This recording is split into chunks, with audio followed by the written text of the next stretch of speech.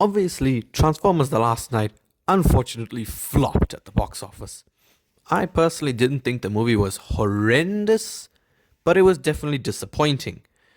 And the question is, what would I have wanted in a Transformers 6? Well, that's exactly what I'm going to cover. These are my top 10 things that I would have wanted in Transformers 6, in no particular order. In number 10, this would be the arrival of Ultra Magnus. Just in case you somehow don't know who Ultra Magnus is, here's just a quick summarization of his backstory. So, in the 1986 movie, obviously Optimus Prime was severely injured by Megatron, and he possessed something called the Matrix of Leadership. Now, breaking tradition, Optimus Prime, the leader of the Autobots, actually dies pretty early in the movie. And he passes the Matrix of Leadership over to Ultra Magnus, obviously wanting to make him the leader of the Autobots in his place. I mean, obviously Hot Rod catches it, obviously foreshadowing he's going to become Rodimus Prime, but whatever. It was intended for Ultra Magnus, and that was the point. So, what would have been awesome is if something did actually happen to Optimus. Maybe not him specifically dying, but at least getting injured, and him wanting to make Ultra Magnus the leader of the Autobots. Next up, in the number 9 spot, is a mix of the previous movie scores. Now, I have said this countless times, especially in my top 5 favorite films of all time video, that Dark of the Moon had some of the best music in the entire franchise. And honestly, let's face it, it had the best score. Not just during the highway chase scene, but also in the final battle.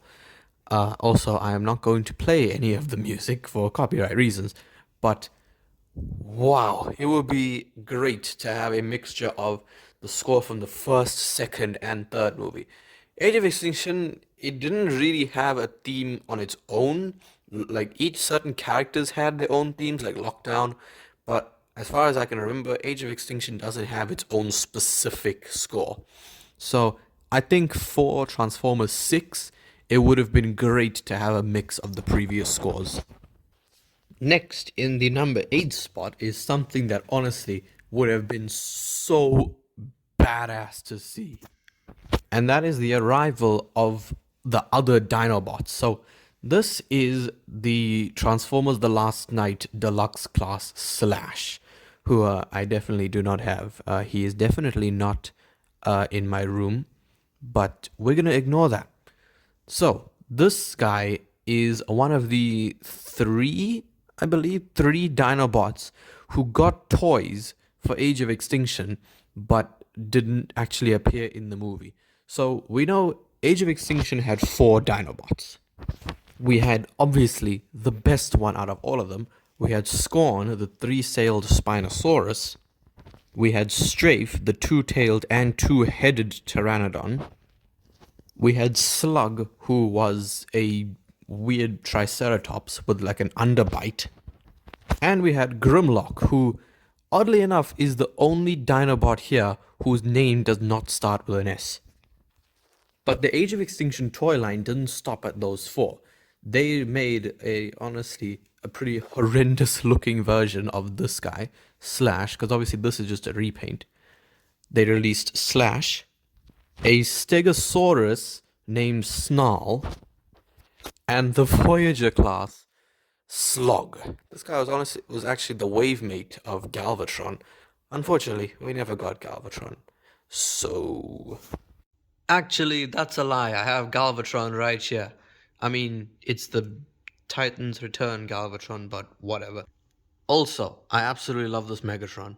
I just want to say that. And for anyone who actually does have this guy, yes, the axe is very big because, his axe broke, so this is actually Leader Class Megatron's axe. But that's not my point here. My point is it would have been awesome to see the arrival of these other 3 Dinobots, because it would have been great to see the 7 of them riding together. Now this next one. Oh, this would have been so badass. This, number 7, is bringing back old Decepticons using the Transformium.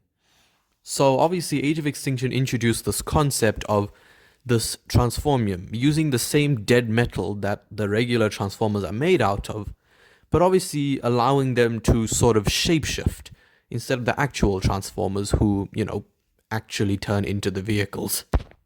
It was mainly shown off with Galvatron, how he can split apart into these millions of pieces and then just reform himself into the truck or whatever it was. And I think that this would have been a great concept for bringing back old Decepticons, like Shockwave, like Soundwave, Starscream. It would have been awesome to see them, not being hindered, because now they can just shapeshift into whatever they want. I mean, we saw it with Stinger. Stinger can just create a cannon out of his arm, so whew, that would have been really, really cool to see. Oh man, especially Shockwave. Shockwave would have been badass. Now, the next one is one that I actually had planned in my head for the full 3-year wait.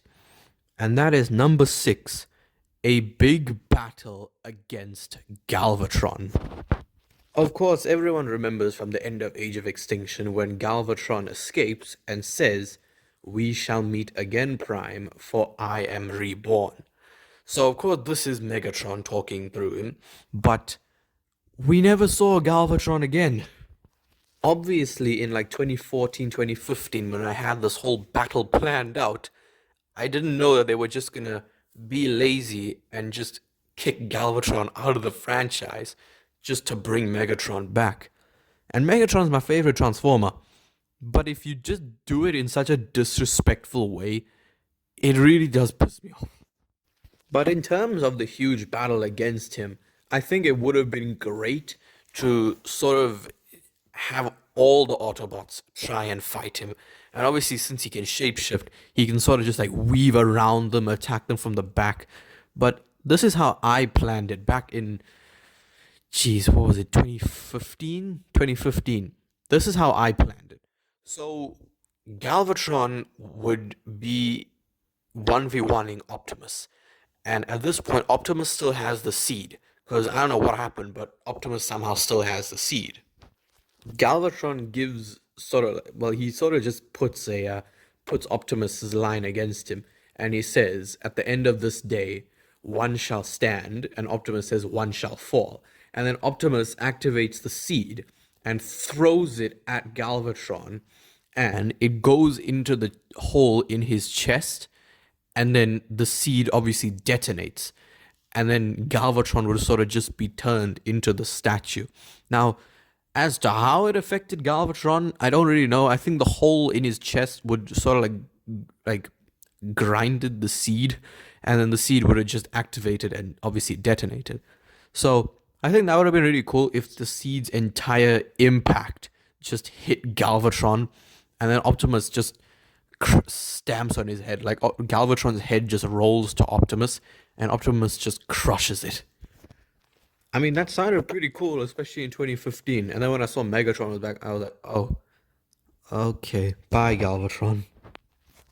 At number 5, we have the death of Quintessa. I honestly think that Quintessa was just a pretty annoying villain. She wasn't as annoying as the Fallen, but she was literally just, she was just there. Like, she wasn't that threatening like Megatron or Sentinel Prime.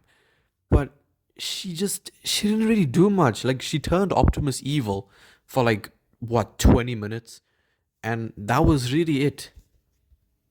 Obviously, in the last night, Bumblebee shoots her, and then she just vanishes. And I'm assuming we were led to believe she was dead, but then obviously the end of the last night revealed that she actually looks like a human, and she's sort of possessing people, I'm assuming, in order to kill Unicron. That whole thing still never made sense to me. Like, why would Quintessa kill Unicron? I know it's meant to be like Cybertron's enemy, but still, I don't know. I just never understood that. If you're gonna destroy Earth, why don't you just let Unicron do it? Now, unlike Galvatron, I didn't really have a scenario on how Quintessa was gonna die, But actually, that's a lie. I did. Megatron was gonna turn good because she would have attacked him, and then Megatron would have had blue eyes, and he would have sliced Quintessa in half, saving Optimus Prime. That would have been a pretty awesome scene. I'll be honest. And I think everyone wants this next one. More Cybertron flashbacks. This is number 4. The opening of Bumblebee was perfect. Seeing the Autobots in live action, but also seeing them in their G1 forms was just fantastic. Especially seeing Optimus. Optimus, whoa, he looked fantastic. And I think it's definitely needed, more flashbacks to Cybertron, because we really only got the scene in the first movie with Megatron and the opening of Dark of the Moon, and that was pretty much it. It especially would have been really cool to see flashbacks like eons ago, when Megatron was still on the oh my god, on the Autobot side, because obviously we know Megatron betrayed them. So that would have been really cool to see Megatron actually on their side and how he went from being an Autobot to, the leader of the Decepticons. Now, now, number 3, the death of Unicron. Don't ask me how they are going to do that, because Unicron is a planet eater. He literally eats entire planets. And especially watching the 86 movie like a week ago or 2 weeks, whatever, like Unicron just completely devoured the planets, and it was absolutely insane. And especially seeing him, at the end, when obviously like he's so big, the Autobots are literally fighting inside him. They're fighting. Wait, that sounds wrong. Especially if the movie was to be called Transformers: The Rise of Unicron, which obviously I literally did a video. I didn't speak, but obviously, like I said, a bunch of us fans have come together, and we are making a fan movie called Transformers: Rise of Unicron that finishes the Bayverse. And I am, of course, voicing Lockdown in a flashback.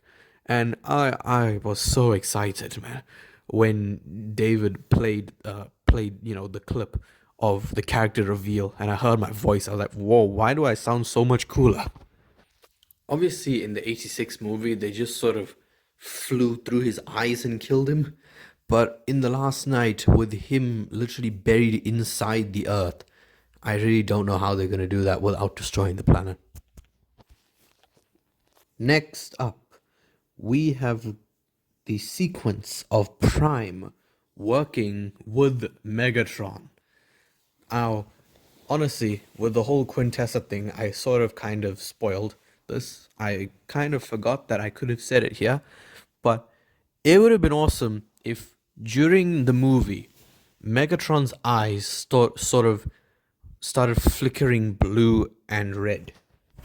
Then Quintessa would say that she is going to probably do something that could risk Cybertron, and Megatron would disagree with her, and they would be on Cybertron obviously at this point, and Quintessa would knock him, like she would hit him, and he would fall into a deeper part of the planet. Then her servants, the Quintessons, would see, oh wait, Megatron, he works for Quintessa as well, and he's injured. So he would die, and then the Quintessons would revive him, and at some point during the final battle, the whole Autobot team is just dismembered. Quintessa ripped all their arms off, except for Optimus Prime. And she would have Prime pinned, and she would be about to kill him, and then Megatron would come with his axe and just completely slice her in half. That would have been so cool. But obviously she would still be alive because she's Quintessa, and his eyes would be blue, and Optimus and Megatron would then work together to properly kill her. And that would have been that would have been so fantastic. And here we are, finally. I don't know how long this video has been, but here we are at number 1. At the number 1 spot, we have the reveal that Megatron is actually not in Galvatron's body.